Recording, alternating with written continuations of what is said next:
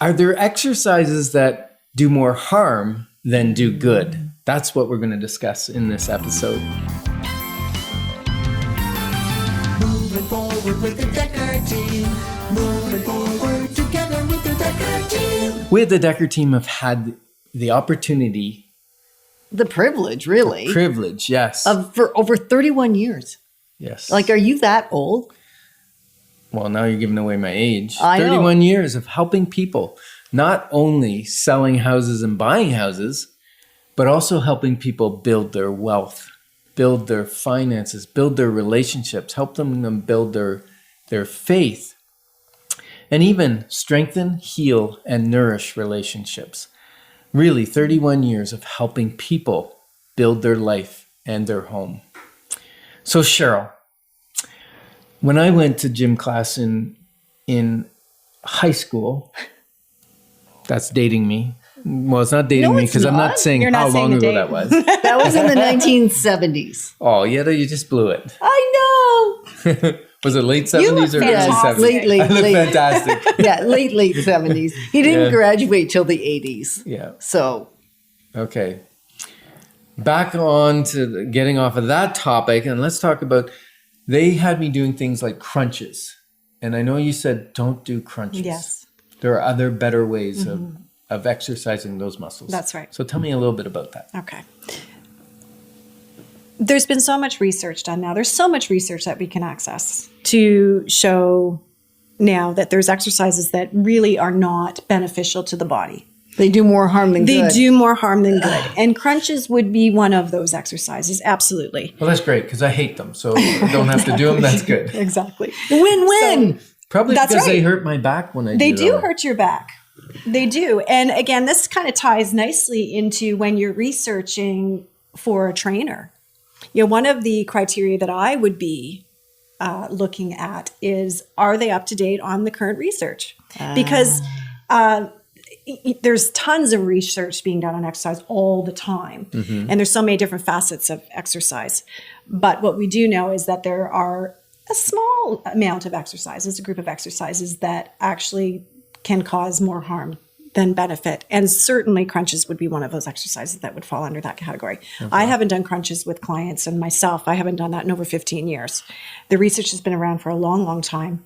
And it's one of those criteria that if I happen to see a trainer or people doing those things, I'm thinking, oh, You're okay. hurting your You are you're hurting your back. people. And it's really difficult to stand back and just watch someone doing that, because I know that, you know, it won't necessarily happen right instantly, but over time we know that by doing that particular exercise, you will actually damage the discs in the spinal column. So the purpose of exercise is to maintain functional fitness, or to become functionally fit, to maintain independence, to do what you want to do for as long as you want to do it, however you want to do it. So great question in terms of, are there things I may be potentially doing that could be harmful and inhibiting my objectives of wanting to maintain independence? Right. So, you know, So if I can't do a crunch, what kind of exercise would I do? I think you usually have me doing planks and absolutely, and Spider-Man. yes. So lots of different forms and variations of plank. Certainly, there's lots of exercise. Like I mentioned, the TRX, where we're doing suspension work, where just by utilizing gravity and the way that we place your body, that the core muscles are having to be engaged. There's certain stability and balance exercises that I tend to incorporate as well with exercises that will, again, engage those muscles. So proper posture engages those muscles. So there's ways that we can recruit those muscle groups without having to get down on the floor and yank on our head, which affects our neck, and do a crunch. Ultimately, at the end of the day, most people are doing it because they expect to get results. We know that by doing crunches, you actually don't get results. It actually doesn't get rid of fat and, you know, give you they that don't even six-pack work. that you're It trying doesn't? to. No. It doesn't No. work, and it hurts my back and my neck and my posture. That's right. Okay, so Exactly. maybe let's not do no more crunches. Yes, no more Because I crunches. used to like Okay. painstakingly fight Yes. through those. Yes, and I still see it all the time, and it's a shame because it's counterproductive. You're hurting yourself, and there's much more effective exercises to be doing that will give you the results that you're looking Well, I for. actually saw a 6-year-old doing crunches the other day, and I thought, who taught him to do crunches? Probably at school. Absolutely. And again, when you look at a lot of sports teams, coaches that have been around for a long time that aren't necessarily, having the interest to look up research and, is this something I should still be doing? So people are trained and told that, this is how we did it back in the day, and we've always done it that way. So it gets passed along. However, again, a good, I think, trainer that is up on, okay, what does the research say? Because at the end of the day, I need to do my due diligence as well in terms of ensuring I'm not harming my clients unnecessarily. And to me, that is a basic bare I like minimum. that word unnecessarily. We should define. Because you do push his button. Yes, absolutely. But you need to be up on the research because, again, I don't want to be neglectful. And I pride myself on ensuring that what I do and what I instruct with my clients is research-based. Okay, Right. so get a great trainer that's up to date on what exercises don't harm joints or That's right. that type of thing. And then stretching. I still notice people, like I play sports, I play hockey, I play soccer, and I see people doing what I call active stretching. Yes.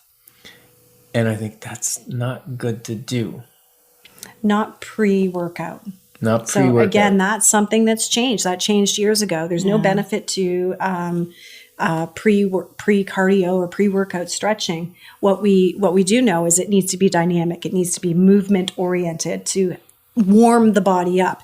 And to me, logically, I'm thinking, if you're playing soccer, for instance, what's the point of stretching before you've actually done what you're doing, right? Typically, stretching is after the fact. Well, they where say we you're want not going to hurt something, right? But I think it's because they don't warm up properly. That's right. And I see people stretching knee joints and things by physically pulling on them. Exactly. And what they're not realizing is that they're actually weakening the muscles and could cause a joint injury. That's right. Yeah. So the body needs to be warmed. It needs to be prepped. So dynamic warm-ups, dynamic movement in which you're warming the body up. And depending on the sport, there's certain particular sports where, gymnastics, for instance, or something where you're going to be forcing the body to go past normal range of motion or the range of motion of any given joint, where you need to be warming up for a good hour. After the body's warmed up, then you get into some dynamic stretch work. Okay. Right? Depending on what you're doing. So stretching should be towards the end, at the end of the workout once you're done and everything's nice and warm and needs to be. That's the part I need to remember is to stretch. That's after. right. That's right. Stretch after. It's the most important component of a workout. So sometimes it's not what I'm hearing you say, Cheryl, which I love, and I think you may love it too, is is the thing bad for us? Sometimes it's just timing. It's timing. Absolutely. Timing. And I'm not a fan of that word. Timing? No, bad. Bad. Sorry, bad. Clarification. Okay. Bad. Because not every exercise is for everybody. That's why we don't do the same one. That's right. You have me And doing you're- something entirely That's right. different than what Ken does. That's right. Someone may have an injury. Everybody has their own little idiosyncrasies and different things that are specific to them, which is why the other benefit of having a trainer is to have your program customized to your unique needs and goals. And altered as you you progress. right? Exactly. Because if I don't have someone looking at what I'm doing, I'm going to do the same exercise over and over and over again. And then my results are going to diminish. That's right. Right? That's right. Yeah. And then also knowing technique, right? You need to know how to do things properly so that you don't hurt yourself. That's the biggest thing Technique. you've taught me Yes. is exactly how do I execute on the exercise. Yes. A well Yes. form or bad form. So, Poor form. So there's a quote. I looked up another quote. It's by Kenneth. Oh, I'm Kenneth. But it's Kenneth H. Cooper. And he says, the reason I exercise is for quality of life that I enjoy. That's right. So the exercise is so that I can be functionally fit. You use that word functionally fit. I can enjoy life. So we're excited to be your partners as we move forward together, because together we got this. We really do. Moving forward with the